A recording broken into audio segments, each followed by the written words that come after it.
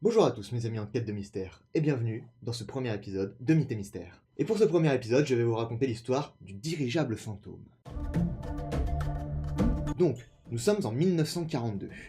L'issue de la guerre est encore très indécis. Les États-Unis avaient toutes les raisons d'avoir peur que les Japonais lancent une grande attaque sur la côte ouest. Et pour contrer cette menace, les États-Unis ont mis en place une flotte de 12 dirigeables qui patrouillent le long de la côte californienne. Et la mission de cet escadron, nommé Escadron 32, était largement sans incident, jusqu'à cette fameuse journée du 16 août 1942. Nous sommes dimanche matin, quand le vol 101 se prépare à décoller. Les pilotes sont âgés de 27 ans pour le lieutenant Ernest Dwight Cody et de 34 ans pour Ensign Charles Ellis Adams. Vous n'avez pas plus long comme nom, ces deux pilotes sont vraiment très expérimentés et très fiables, ce qui rend les événements des 5 prochaines heures encore plus mystérieux. Le machiniste Riley Hill, qui était censé accompagner nos deux pilotes, a reçu au dernier moment l'ordre de ne pas monter pour des raisons inconnues. Ce qui l'arrange bien puisqu'il pensait qu'à cause de l'humidité présente dans l'air, le dirigeable serait tiré vers le bas et donc qu'il serait dangereux pour 3 personnes. Parce qu'il faut bien se dire qu'à l'époque, c'était pas les gros dirigeables qu'on voit aujourd'hui.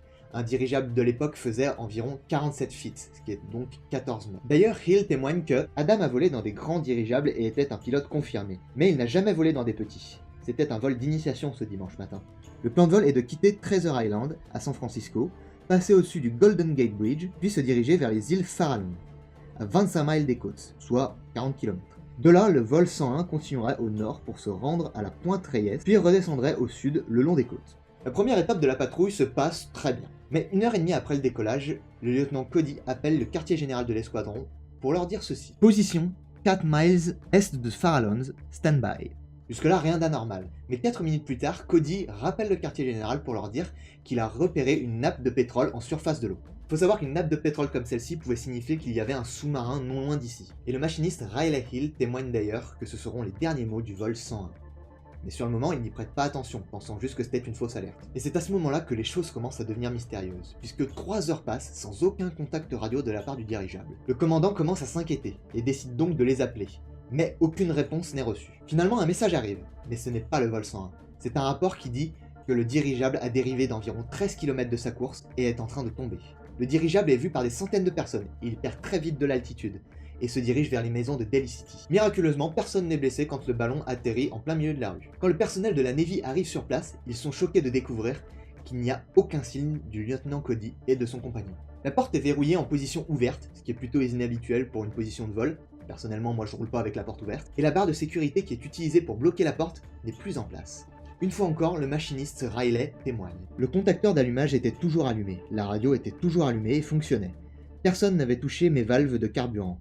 Elles étaient installées comme je les avais laissées, il y avait encore 6 heures de carburant. Le chapeau du lieutenant Kennedy était sur le panneau de contrôle et 2 des 3 gilets de sauvetage étaient manquants, ce qui laissait suggérer que les 2 membres de l'équipage les avaient enfilés lors du décollage, comme le veut le protocole. Bref, tout était en place, rien ne manquait, à part l'équipage. L'enquête de la Navy a révélé que plusieurs bateaux et avions avaient vu le dirigeable entre 7h et 11h du matin. Certains d'entre eux étaient même assez proches pour voir Cody et Adams dans leur gondole, et tout avait l'air normal. Mais alors, qu'est-il arrivé à nos 2 pilotes? Des théories ont tout de suite émergé. Par exemple que les 2 pilotes auraient repéré un sous-marin et qu'ils seraient descendus trop bas et se seraient fait capturer. Mais enfin, rien que d'imaginer la scène, ça paraît assez peu probable. Ou alors que les 2 hommes étaient amoureux de la même femme, que l'un aurait assassiné l'autre et qu'ils se seraient enfuis au moment du crash. Le problème de cette théorie, c'est que comme je l'ai dit, des centaines de personnes ont vu le crash, et apparemment personne n'aurait été vu quittant les lieux juste après celui-ci. L'enquête arrivera à la conclusion que l'un des pilotes est sorti pour réparer quelque chose à l'extérieur, et que pour une raison inconnue, le deuxième l'a rejoint, et qu'il serait tout simplement tombé par-dessus bord. Cette théorie pourrait tenir la route, mais malgré les recherches, aucun corps n'a été retrouvé, alors qu'on a dit précédemment qu'ils avaient leur gilet de sauvetage. 1 an plus tard, les 2 pilotes seront déclarés comme morts. Le dirigeable fut réparé, et après la guerre, il est devenu un ballon Goodyear, et il fut vu par des millions de personnes à des événements sportifs. Et seules quelques personnes savaient qu'il s'agissait du fameux dirigeable. Et voilà pour l'histoire du dirigeable fantôme. Alors on peut voir que les théories évoquées précédemment ont quelques incohérences ou des éléments manquants. Mais alors, où sont passés nos 2 compagnons?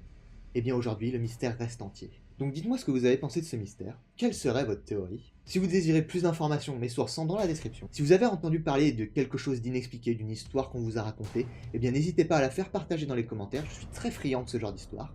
Merci d'avoir regardé cette vidéo, et moi je vous dis à la prochaine pour un prochain mystère.